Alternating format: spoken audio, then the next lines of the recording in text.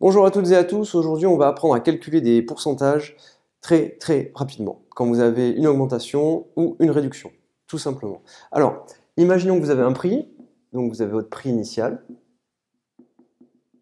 Le prix initial, je l'appellerai toujours PI, d'accord?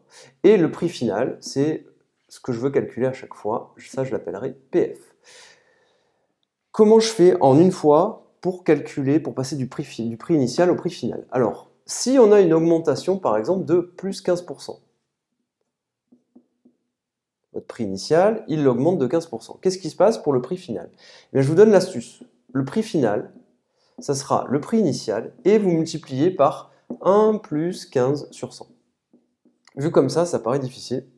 Mais en réalité, une fois que vous avez pris l'habitude, si vous avez une augmentation de 20% par exemple, le prix final, ce sera égal au prix initial multiplié par 1 plus 20 sur 100. Ok, ça c'est mathématique, c'est un peu compliqué. Maintenant, je vais vous donner une petite astuce pour aller très vite. 1 plus 15 sur 100, ça vaut 1,15. 1 plus 20 sur 100, ça vaut 1,20. Donc, quand vous avez un prix, il augmente de 15%, vous le multipliez par 1,15. Vous avez un prix qui augmente de 20%, vous le multipliez par 1,20. Si vous avez un prix qui augmente de 50%, vous multipliez ce prix par 1,50. Si vous avez un prix qui augmente de 75%, vous le multipliez par 1,75. Si vous avez un prix qui augmente de 100%, vous le multipliez par 1 plus 100 sur 100, c'est-à-dire vous le multipliez en fait par 2. Ok, c'est cohérent, si le prix augmente de 100%, son prix double, donc on le multiplie par 2. Attention, si vous avez un prix qui augmente seulement de 1%, eh bien par quoi est-ce qu'on va le multiplier ce prix? Eh bien on le multipliera par 1 plus 1 sur 100, et 1 plus 1 sur 100, ça fait 1,01. Petit exercice, si vous avez un prix qui augmente de 3%, on multiplie ce prix par 1,03. Si le prix augmente de 8%, on le multiplie par 1,08. Tout simplement. Ça, c'est pour les augmentations. Si c'est une diminution, alors si c'est une diminution, comment est-ce qu'on va faire? Je vais effacer. Si vous avez une diminution, ça sera le même raisonnement. Sauf que,